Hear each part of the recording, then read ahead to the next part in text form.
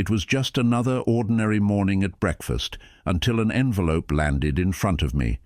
Inside, it said, $600,000, pay within 7 days. And every single debt was in my name, without me even knowing. How could this even be possible? At that moment, my whole world stopped. I looked around the table and realized nothing was the same anymore. The morning began like any other. The sunlight filtered gently through the curtains, casting golden streaks across the dining table. I poured myself a cup of coffee, letting the warm steam rise and fill the air with a comforting aroma. The clinking of spoons, the soft hum of the kettle, the ordinary rhythm of a quiet home, everything felt safe, familiar. For a moment, it was just another peaceful start to the day. But then, an envelope slid across the table toward me. My daughter's hands lingered on it, just a second too long, and there was a tension in the air I couldn't ignore. "This came for you," she said flatly. I tore it open casually, expecting bills or some routine notice, but the words inside made my stomach drop. $600,000, pay within 7 days. I blinked hard, thinking maybe I had misread. But no. Line after line detailed loans, debts, overdue payments, and all of it was under my name. My heart started racing. Impossible, I whispered to myself. I had never taken such loans. My eyes darted across the page, searching for an explanation, anything that made sense. That's when I noticed it. Signatures on the documents. Signatures that looked eerily like mine. The handwriting was shaky, rushed, but close enough to trick someone who didn't know me. The bank logos were there, but oddly printed, not embossed. The paper felt thinner than official documents should. A chill crept over me. I looked up from the papers, my hands trembling slightly. My daughter and her husband sat across the table, eyes fixed on me, waiting for my reaction. The silence grew heavier with every second. This isn't mine," I muttered, pointing at the forged signature. And then the truth hit me like a wave I couldn't escape. I stared at the page, my throat tightening, my chest heavy. The signature at the bottom, it wasn't mine. My friends, I'm not just sharing this story to relive the pain. I'm sharing it because you are my family. Here on Mr. Michel Family, we face these stories together. And when your own family betrays you, sometimes it's your digital family that gives you strength. If you're truly with me, then please subscribe. Become part of the Mr. Michel family, where we stand by each other through every twist and turn of life. I gripped the papers tighter, my fingers pressing into the flimsy sheets as if I could squeeze the truth out of them. My voice broke out louder than I intended. What is this? What the hell is going on here? $600,000 in my name? Who did this? My daughter's eyes flickered nervously before fixing on me again. "Dad, you signed those, don't you remember?" Her voice was sharp, almost accusatory, as if volume alone could make her lie sound like truth. "I signed nothing," I snapped back. My chest was pounding so hard I could barely breathe.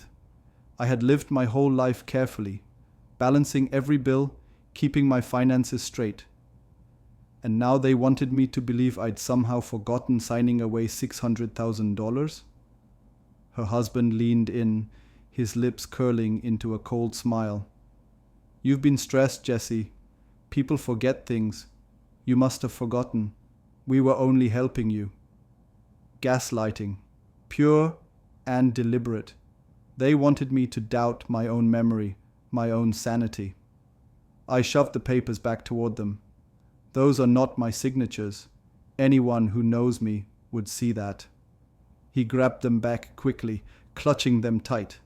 "Don't be ridiculous. You're just panicking because the deadline is close." Rage twisted in my stomach. My daughter's voice rose suddenly, her face red with fury. "Stop pretending, Dad. Stop acting like you didn't do this." I pushed my chair back. the legs scraping hard against the floor, the coffee cup rattling on the table. "No," I said firmly, though my voice shook. "This is not me, and I will not carry this." Then, in a sudden flash, she snatched the coffee cup and flung it. The steaming liquid splattered across my arm and shirt, the searing burn tearing through me. I froze, not just from the pain, but from the horrifying truth. My own daughter had just done this to me. The room fell into chaos. She was breathing heavily, her husband whispering something sharp under his breath. Coffee dripped down the stolen documents, staining them like ink from a nightmare. My mind spun between anger, disbelief, and heartbreak. These were the people I had loved, trusted, protected, and now they were destroying me. I stumbled back toward the doorway, hands trembling, chest tight. My kitchen no longer felt like home. It felt like a trap, and at that moment, one thought cut through everything like a knife. I wasn't safe in my own house anymore. I stumbled out the front door, my arm still burning from the coffee, my shirt clinging to my skin. The walls of my own house had turned hostile, every corner filled with shadows of mistrust. I didn't even bother to grab my coat. I just needed to get out. My legs carried me down the short path to my neighbor's house, my heart pounding louder with every step. When the door opened, Mrs. Clark stood there, her expression shifting instantly from surprise to concern. "Jessie? My God, what happened to you?" Her voice felt like a lifeline. I nearly collapsed into her hallway. I can't stay there. Not right now. Please, I just need to sit down." She ushered me inside, guiding me to her living room couch. The room smelled faintly of lavender, the kind of scent that normally calms the nerves. For the first time all morning, I felt like I could breathe. She brought me a towel for my arm and poured me a glass of water. "Take your time," she said softly. As I sat there, flashes of the last few months began to swirl in my mind. Small details I had brushed aside came rushing back. My daughter asking strangely detailed questions about my bank accounts. Her husband spending long hours away, coming home jittery and defensive. Once, I had found a letter on the counter with half-burned edges, the logo of a payday lender visible just enough before it was thrown out. At the time, I told myself I was imagining things, but now every sign screamed at me. Mrs. Clark listened quietly, her face tightening as I recounted the envelope, the signatures, the confrontation, the coffee thrown in my face. She didn't interrupt until I finished. Then she stood, walked to a cabinet, and pulled out a small folder. She hesitated before handing it to me. "I didn't want to believe it," she said, "but I think you need to see this." My hands shook as I opened the folder. Inside was a copy of an old police report. My son-in-law's name was printed in bold across the top. Fraud, multiple charges, a suspended sentence from years ago. The words blurred for a moment as I tried to absorb them. It all connected. The forged signatures, the threats, the lies. I looked up at her, my chest tightening with a mix of dread and rage. "This wasn't just betrayal," I whispered. "This was a planned crime." That night I couldn't sleep. Every time I closed my eyes, the envelope reappeared in my mind, the numbers screaming back at me. My daughter's face, her husband's cold smirk, the sting of hot coffee. It all replayed like a nightmare on loop. Mrs. Clark had offered her guest room, but I knew I couldn't rest until I uncovered the truth myself. So I went back. Quietly, carefully, I slipped into my house when I knew they weren't home. The air felt different, heavy, as though the walls themselves carried secrets. My instincts pulled me toward the attic. Dusty, cramped, filled with boxes I hadn't touched in years. If they had been hiding something, it had to be here. I pulled open the first box. Old bank slips, envelopes torn but not thrown away. My name, my address, but the signatures. Again, they weren't mine. Some were clumsy imitations, others frighteningly close. The realization made my skin crawl. Digging deeper, I found a USB drive taped beneath the lid of a shoebox. My hands shook as I plugged it into my old laptop. The screen filled with screenshots of gambling sites, transactions funneling thousands of dollars. Dates matched the times my son-in-law had disappeared late at night. He wasn't just reckless. He was drowning in addiction, and he had chosen me as his lifeline without my consent. Folder after folder painted the same picture. Online poker, sports betting, loans under false names. Every click made my chest heavier, but then, in a locked file labeled Assets, I found something that froze me in place. It was a detailed plan. Page after page listed my properties, my retirement funds, even my insurance policies. Every asset I had built over a lifetime was neatly catalogued, with notes on how to transfer them. It was meticulous, terrifyingly thorough. I scrolled to the final page, my pulse racing. At the bottom, beneath the typed instructions, was a single line, prepared and authorized by. The name written there made my blood run cold. When I saw the name written at the bottom of the file, my soul trembled. The next day, I confronted them with what I had found. The forged slips, the gambling screenshots, the file mapping out every piece of my life as if it were already theirs. I laid the evidence on the kitchen table, my voice trembling but steady enough. I know everything. This ends now. For a moment, silence. My daughter's eyes widened, then hardened. Her husband leaned forward, his face tight with anger. He didn't even try to deny it this time. "You'll sign the transfer," he said flatly. "All of it, the house, the savings, everything, or else—" His words trailed off, but the weight behind them pressed into me harder than any fist could. I shook my head. "No, I will never sign." He slammed his fist against the table, rattling the glassware. "You think anyone will believe you? We have the paperwork. We'll make it look like you're losing your mind. One signature, Jesse. Do it, or you'll regret it." My heart thudded painfully. I had never felt fear like this before, not out in the world, but inside my own home, surrounded by people who should have been my protectors. That night, I tried to rest at Mrs. Clark's again, but sleep refused to come. Every creak in the walls sounded like footsteps. Every gust of wind felt like someone breathing down my neck. The threats echoed in my head. Sign, or else. Around midnight, exhaustion finally pulled me under, but it didn't last long. A sharp crack shattered the silence. My eyes shot open. Another crack, louder this time, glass splintering. I stumbled out of bed, heart hammering. In the faint glow of the streetlight, I saw it. Shards of glass glinting on the floor near the window.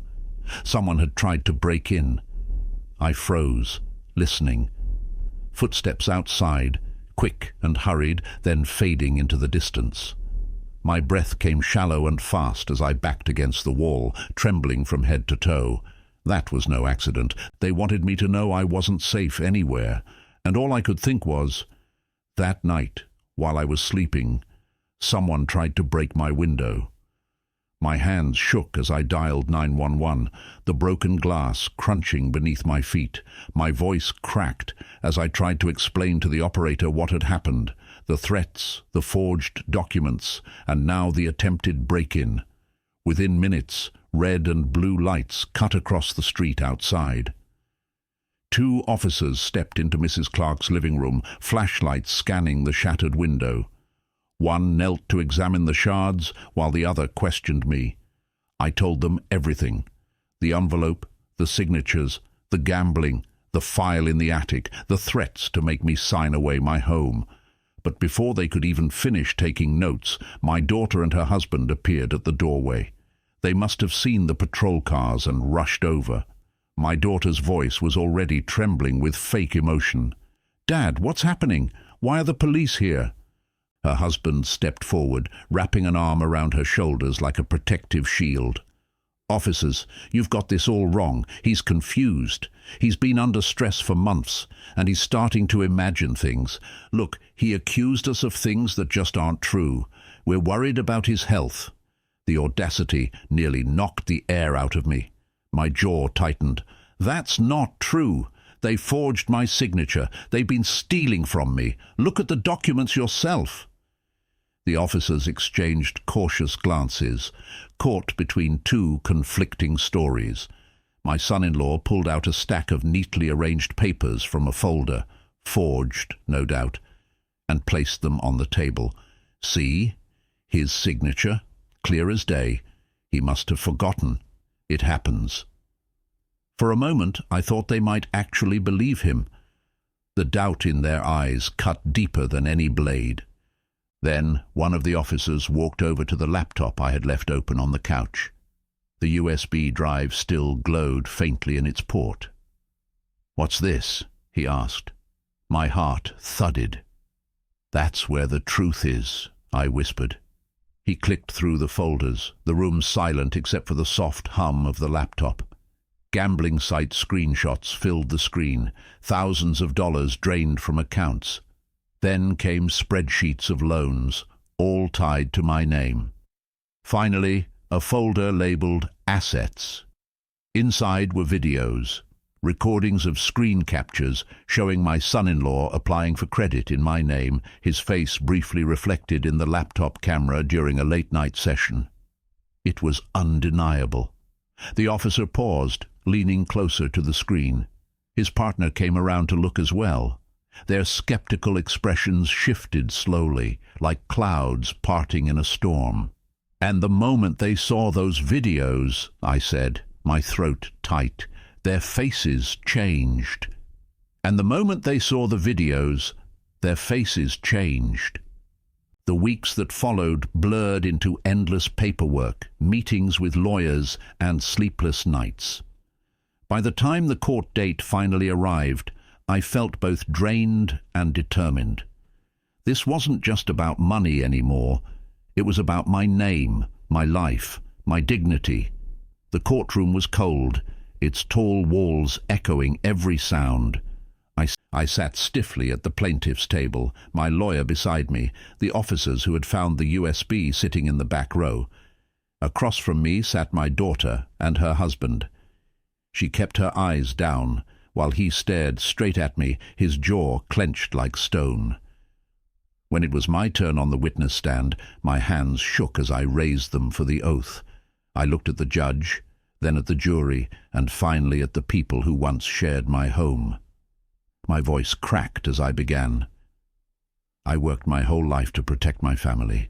I saved every penny, made every decision carefully. And one morning I found myself buried in $600,000 of debt I never signed for. My daughter and her husband betrayed my trust, forged my name, and nearly stole everything I built. My lawyer guided me with questions, allowing me to explain how I discovered the forged documents, the gambling trail, and the break-in. Every detail was painful to say out loud, but the weight began to lift as I told my truth. The defense attorney stood, his voice smooth and confident. "Ladies and gentlemen, what you're hearing is the story of an aging man who's become confused. Memory slips happen. Financial pressure makes people paranoid. Isn't it possible he signed these papers and simply doesn't remember?" I clenched my fists. It was the same tactic, gaslighting, twisting reality. For a moment, doubt flickered in the room. Then my lawyer rose.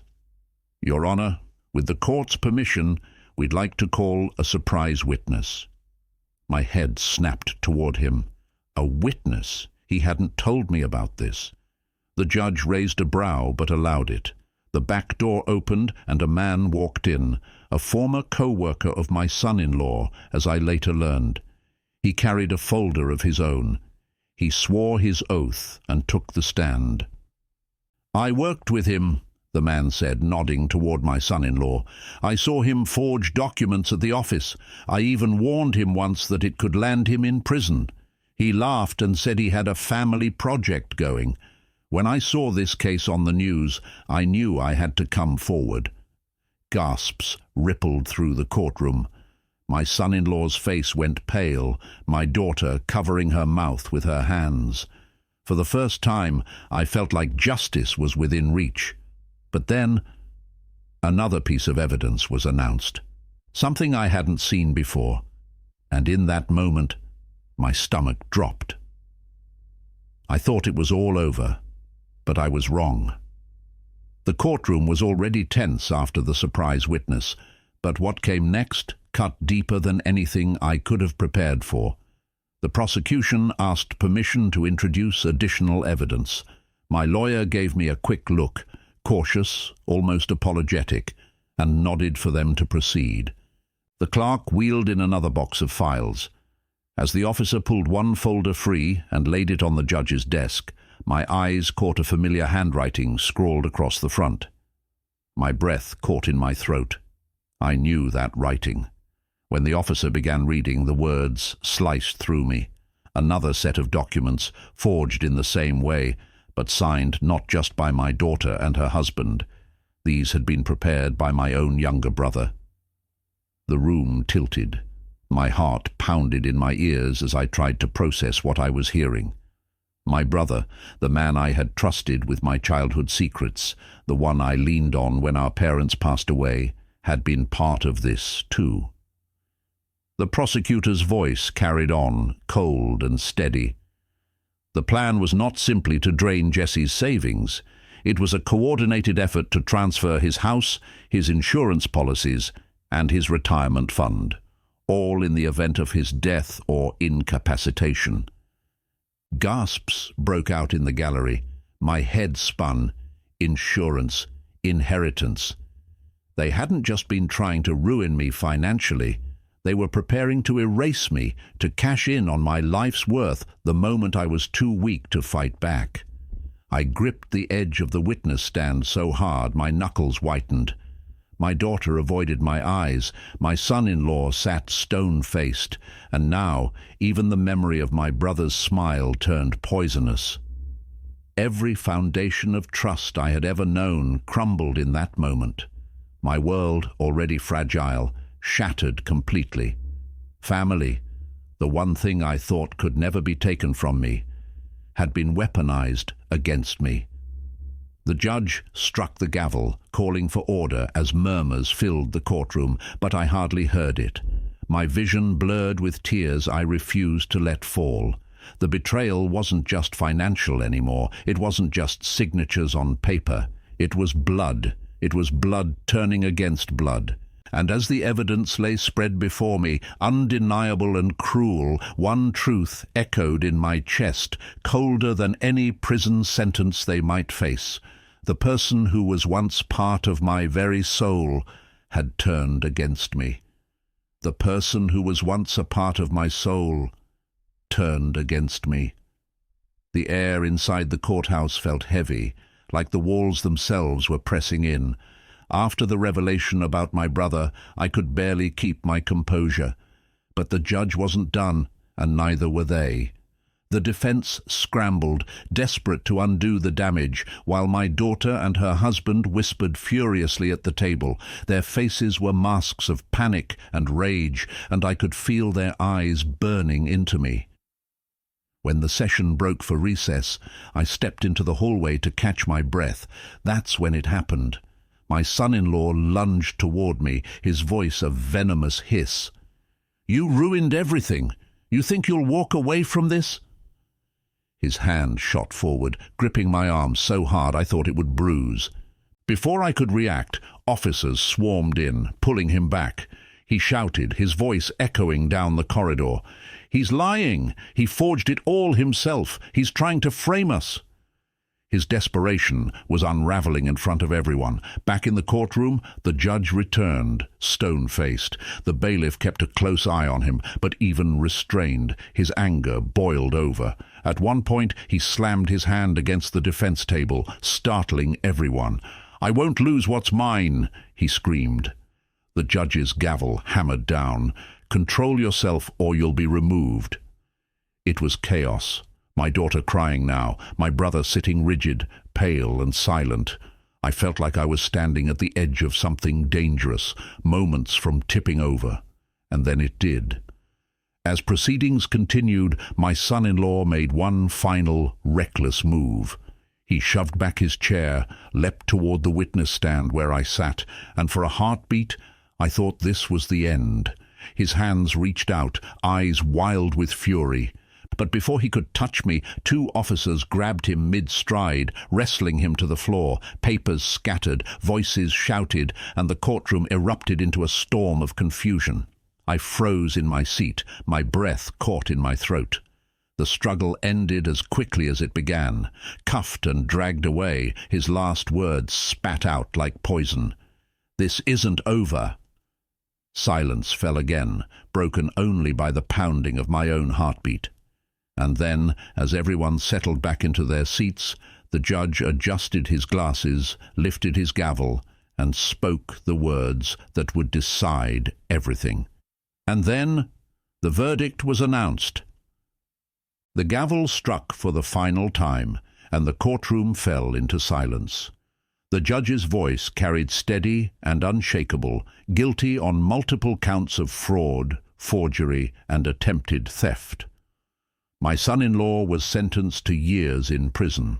My daughter, though spared the harshest punishment, faced probation, mandatory counseling, and heavy fines. My brother, the man I once trusted with everything, received his own sentence for conspiracy. It was over. At least the legal battle was. But the scars were deeper than any courtroom could measure. The weeks that followed were strange, quieter, emptier, but also lighter. I returned to my work slowly, grateful for the normal rhythm of a day that no longer started with fear. I picked up hobbies I had once abandoned, repairing small furniture in the garage, tending to the garden, even reading the novels I used to love. And for the first time in months I traveled. A short trip at first to the coast just to feel the ocean breeze on my face. Later, longer journeys, places I had only dreamed of. Every mile away from the chaos felt like reclaiming a piece of myself.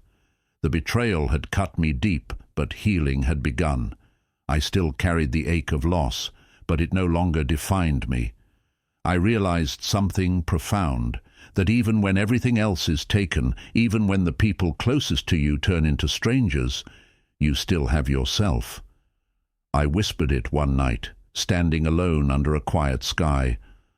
I lost everything, but I found myself again. And then it struck me, the truth I wanted to leave behind, not just for myself, but for anyone listening. Sometimes the greatest inheritance isn't money at all. It's truth and dignity. My friends, if you've listened to me this far, then you are more than an audience. You are my family, and I want to hear from you. If you were in my place, what would you have done? Tell me in the comments below. And if you haven't subscribed yet, become part of the Mr. Michel family, because here we stand by each other, no matter how dark the story gets.